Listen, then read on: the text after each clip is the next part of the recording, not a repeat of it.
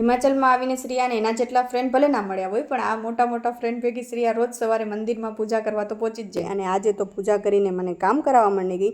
મને કહે કે મમ્મી આજે હું કચરો કાઢીશ. તો આજે એ મંડી ગઈ કામ કરવા, અને ત્યાં સુધી હું તૈયાર થતી હતી, કેમ કે આજે જવાનું હતું બહારે મેકલોડગંજ ફરવા માટે. અને ઘરની બહાર નીકળીએ ને એટલે આ પહાડોના નજારા તો જોવા જ પડે, અને એને જોઈને તો મનને એટલી શાંતિ થાય કે વાત જ ના પૂછો.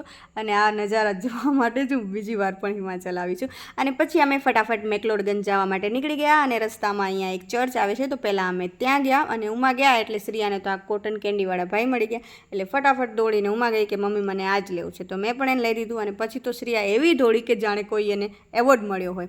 પણ સાચું કહું, શ્રીયાને ભાવ્યું નહીં. અત્યારે ખાય છે હસતે હસતે, પણ એને થોડીક જ કેન્ડી ખાધી, પછી ના ખાધી. અને પછી કે મમ્મી હવે મને આ ભૂટ્ટો ખાવો છે, કેમ કે અહીંયા ભાઈ એક છે ને ગરમા ગરમ ભૂટ્ટો બનાવતા હતા. તો પછી મેં એને એ લઈ દીધો, અને આ તો એને એટલો ભાવ્યો કે આખો ભૂટ્ટો શ્રીયા જ ખાઈ ગઈ. અને શ્રીયાના પેટને જ્યારે શાંતિ થઈ ને ત્યારે અમે પહોંચી ગયા મેકલોડગંજ. તમે છે ને જ્યારે ધર્મશાળા આવો ને ત્યારે મેકલોડગંજ તો આવવાનું છે. અહીંયા મેકલોડગંજમાં છે ને તમને સૌથી વધારે બુદ્ધિસ્ટ લોકો જોવા મળશે, અને એ પણ તિબેટિયન, જે તિબેટથી અહીંયા આવેલા છે. તો અહીંયા બજારમાં પણ તમને એ લોકો જ દેખાશે. અને પછી દુકાનમાં જાઓ, રેસ્ટોરન્ટમાં જાઓ, તો એ પણ સૌથી વધારે તિબેટિયનની જ હતી. તો ત્યાં આવીને તો એમ થતું હતું કે ક્યાં આવી ગયા છે, કંઈક અલગ જ જગ્યાએ આવ્યા હોય ને એવું લાગતું હતું.